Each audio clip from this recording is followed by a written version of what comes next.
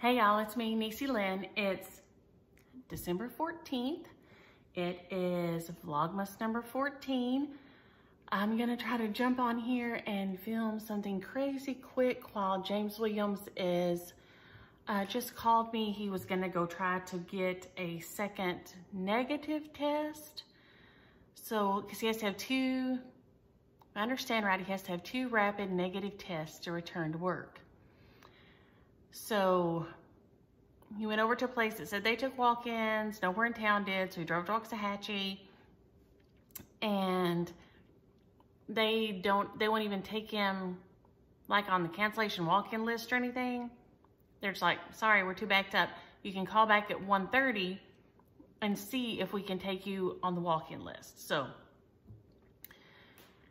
he called his HR lady and she said, if they can't get you in, just get scheduled for a 2-day test and we'll just go, we'll just work with that. So y'all, this is something else.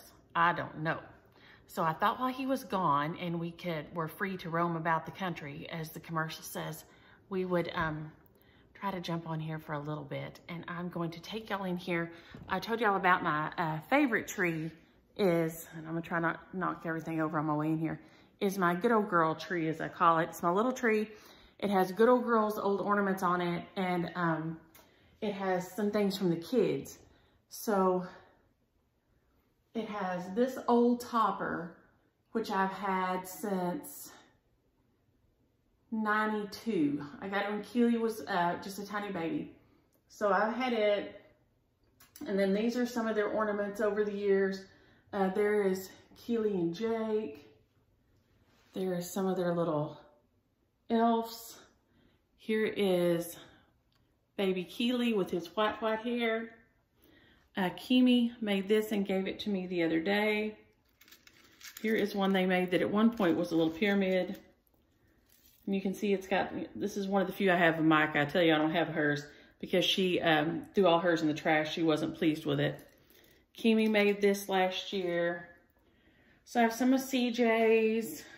Here's another one of Keely's little face that he made when he was in school. He was always really good about bringing stuff home.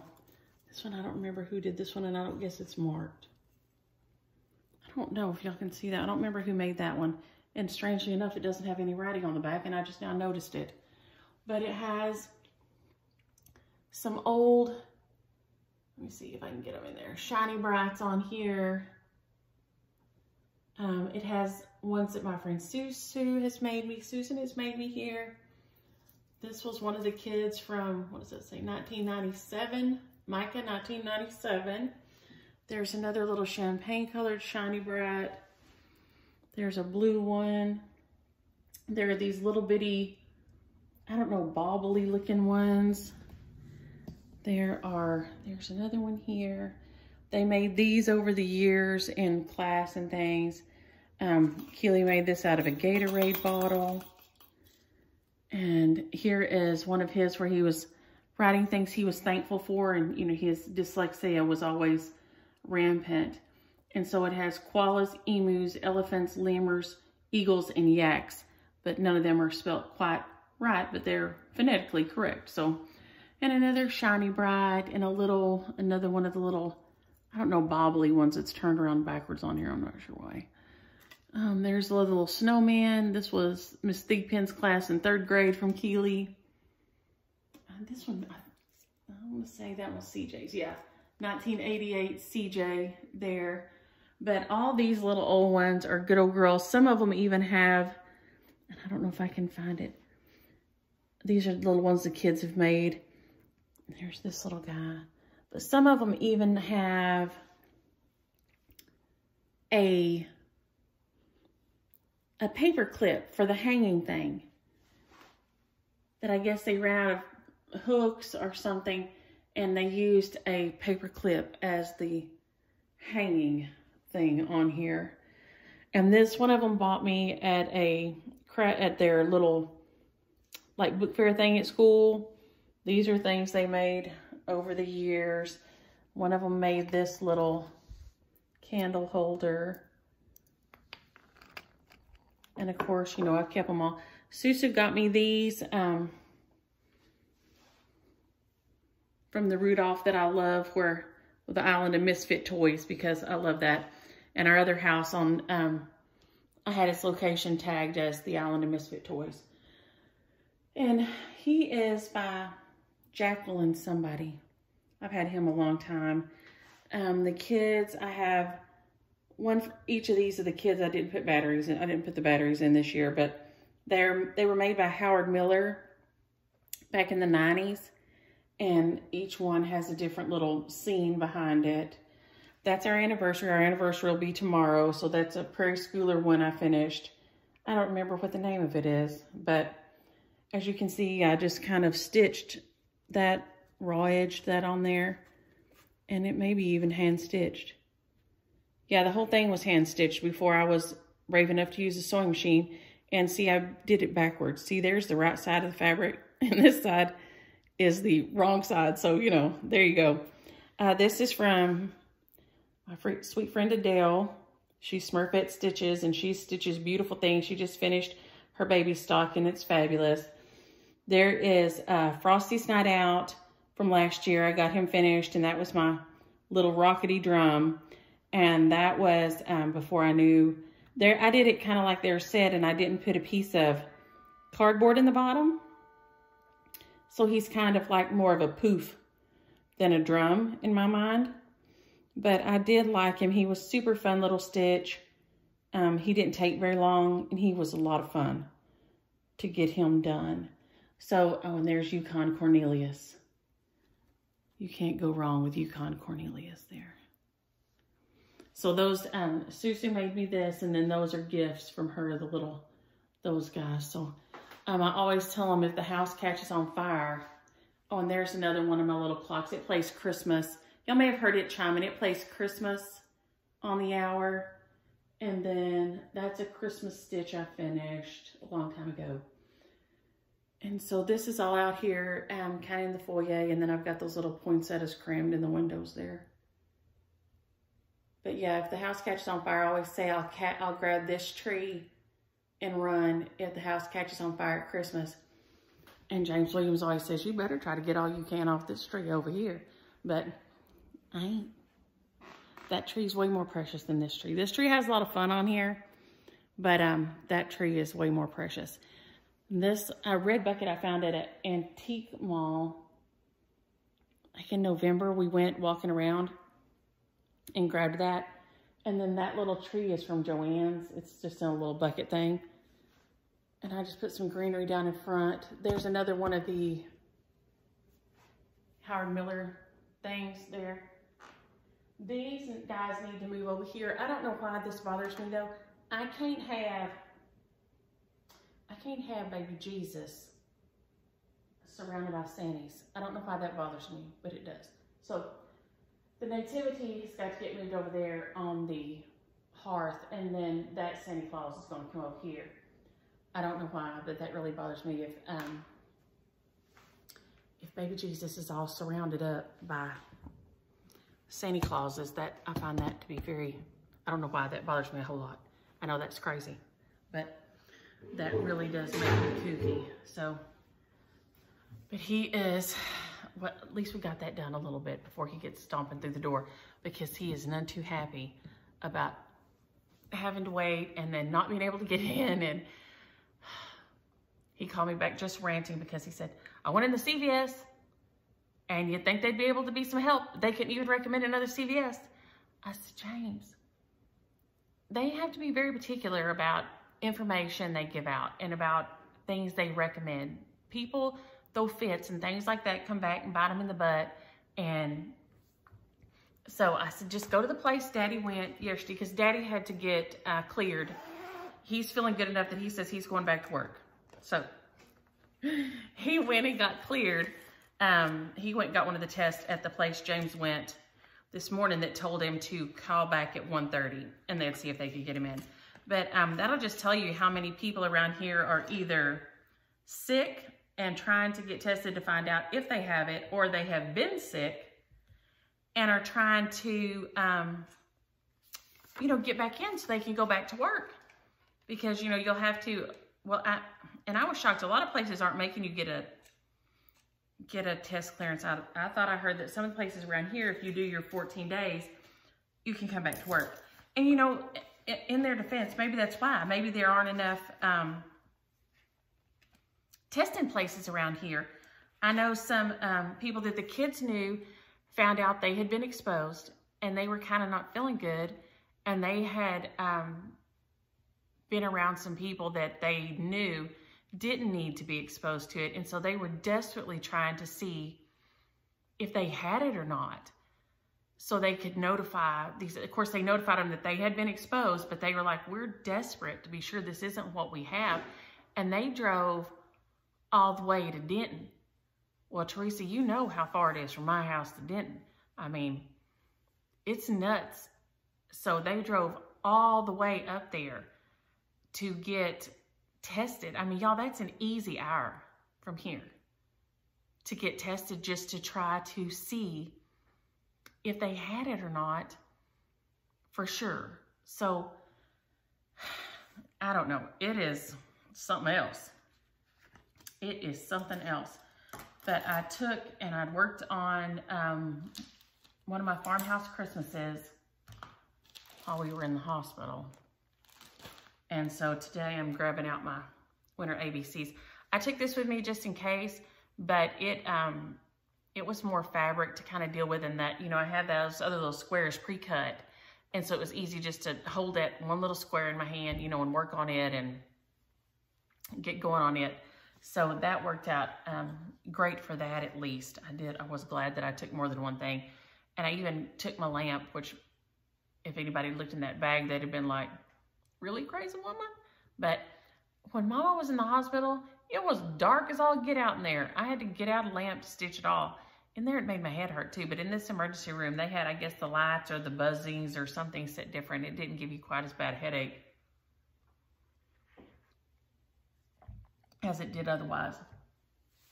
And it got, like I said, it was really cold last night. The wind was blowing crazy, blew my signs over on the front porch and everything. So I'll go out in a little bit. It looks like it's going to stay calm, so I'm going to go out in a little bit and set all that up, and hopefully it'll stay set up and okay today, throughout the day. The little girl's little Lego advent calendars looking pretty sad over here, all by themselves. Unfinished, but of course we're not, you know, they're not coming anywhere around until we get the green light with Pabst disease process. And you know, I mean, it's no fault on anybody. It is, you know, this is the whole learning curve for not just us, the whole medical community. You know, everybody is in just like this really weird place with this. So, you know, everybody's just doing the best they can and trying to figure out what the heck to do to make everything kind of going down the road as best as they can. You know, they notified everybody at James's work that, you know, he'd had a positive test. So, you know, they let everybody know he'd been around. And also I was proud of that, at least, that they are doing their due diligence. They did notify everybody that he had been around, even though, like I said, he's very good about wearing his mask, and he'll be the first one to tell you, don't come any closer to me, you know. So, but they did notify that everybody that he'd been around, you know, so at least they're trying to do something at least, what they can. I guess they're trying to do what they can. If everybody, I guess, does what they can, I guess we'll be in better shape than we are right now. But I was glad to see the vaccines rolling out today. Some of the people will be able to start getting shots today, the healthcare workers and things, because those poor people, like I said, that emergency room was full. We had to wait for a room for James Williams to get in.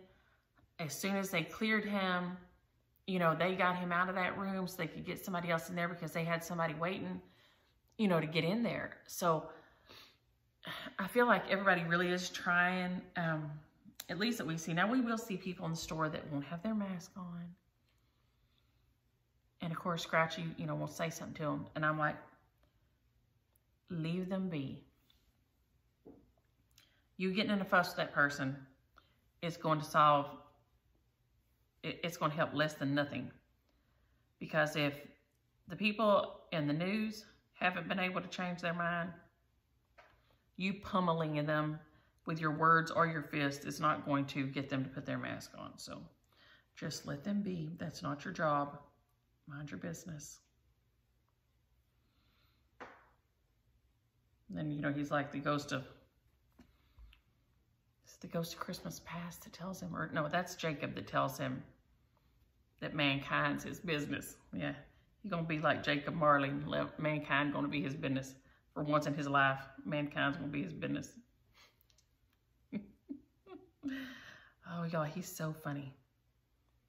But he is, like I said, on his way back, he was going to put on his mask, and he wanted to pick up some lunch, and he said that he's just been cheated out of his whole birthday celebration and everything else. So I said, whatever you want to do, honey. I'm not going to, this week, I'm not going to fuss with you about much of anything, or I'm going to try not to, which for me is an absolute chore. Because I want to say, dude, no. No, no, no. But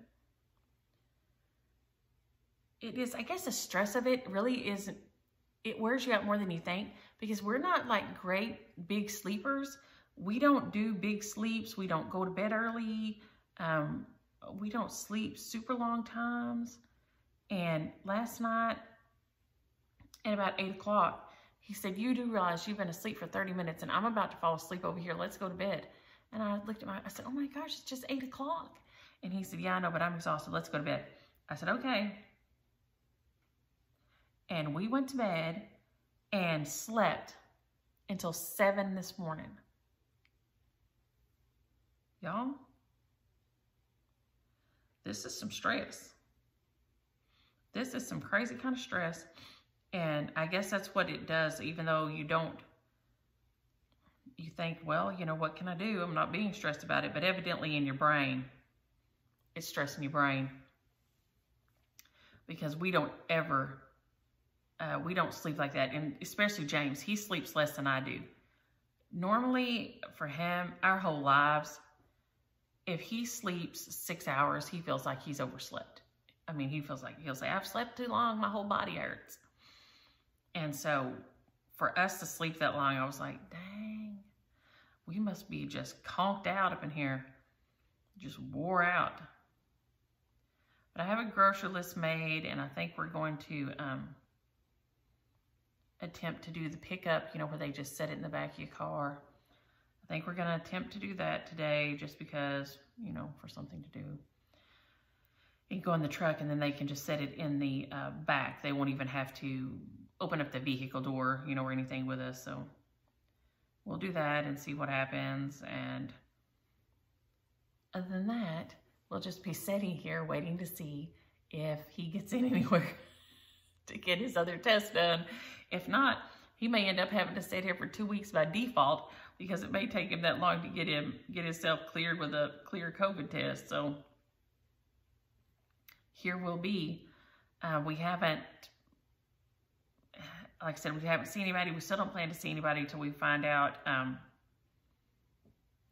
you know, if it's, and I guess we're just going to go with 2 out of 3. I don't know. I don't know what you do if then the next one comes back positive again. You get to get in this loop. You believe in like the Groundhog Day of COVID tests. You start over again, start over again, start over again. That's where it looks like, that's what it feels like sometimes. We're just going to end up like, oh my gosh, what if that happens? We'll end up in this never-ending loop of trying to get cleared with a COVID test that might never come. I wonder if that's happened to anybody. You get a negative, a positive, a negative, a positive, a negative, a positive, and then just, you know, what the heck goes on from there? I don't even know what to think about that, but we've got tea and we've got food, and he said he was going to bring me a mango tea back from Sonic, which is nice. He said, well, it's not going to be much of an anniversary this year. I said, no, we weren't going anywhere before, and we're sure not going anywhere now, so we'll just be sitting here together on our anniversary, because no plans as of today. I mean, I guess nobody is. Most people aren't, at least. Sister said they had a good time when they went to Colorado, but they just rented, they rent a house through Airbnb or one of those things. And so they, you know, are mainly just all together, you know, and they're all the time all together anyway. So that was fun. So I will tell y'all this, and I shouldn't tell y'all this. My sister's probably gonna kill me for this, but it's a funny on Mama, and it's a funny on me that I didn't think about it. She was, you know, Mama was watching Sister's dog, and kind of, you know, I was going over twice a day and staying with her for an hour, hour and a half at a time in the morning, and then an hour, hour and a half in the afternoon. And she got upstairs in Ray's room, and because Mimi was not supposed to go upstairs, but evidently Mimi went upstairs and opened doors and closed doors and opened doors and closed doors.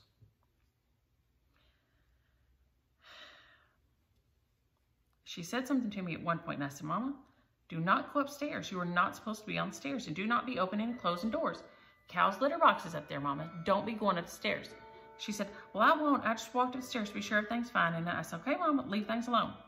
And don't be going upstairs. She's going to fall down and break your hip, and then she's going to have to lay there at the bottom of the stairs till I get there tomorrow. Well, evidently, she opened and closed doors and closed the door to Cal's litter box. Now, there is another litter box in the house, so I didn't think it would be that big a deal. Even if she did, I thought, you know, there's other litter boxes, but, you know, Cal's old, and I know, you know, Cal, we all like our things the way we like them, but Cal's like really, really old. And while she was shut out, she decided to use Ray's bed as her litter box.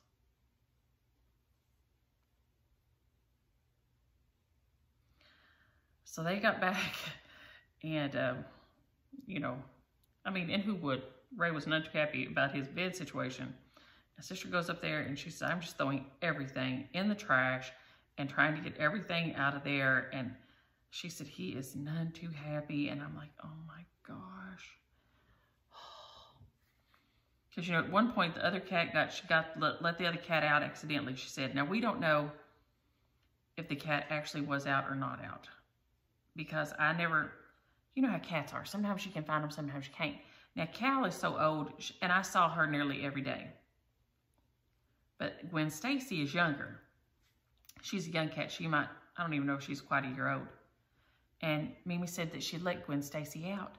But we were never able to confirm for sure. One day, just the next day, Gwen Stacy turned back up.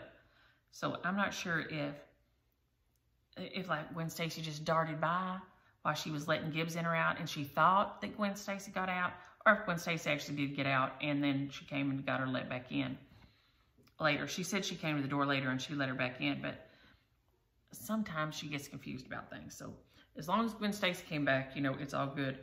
But yeah, poor Cal. She is so old, and she had a traumatic time.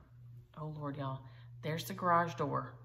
So I want to jump off of here before he comes in slamming everything around mad because his test didn't come in. So I will post this later this afternoon, and I will talk to y'all tomorrow. Bye.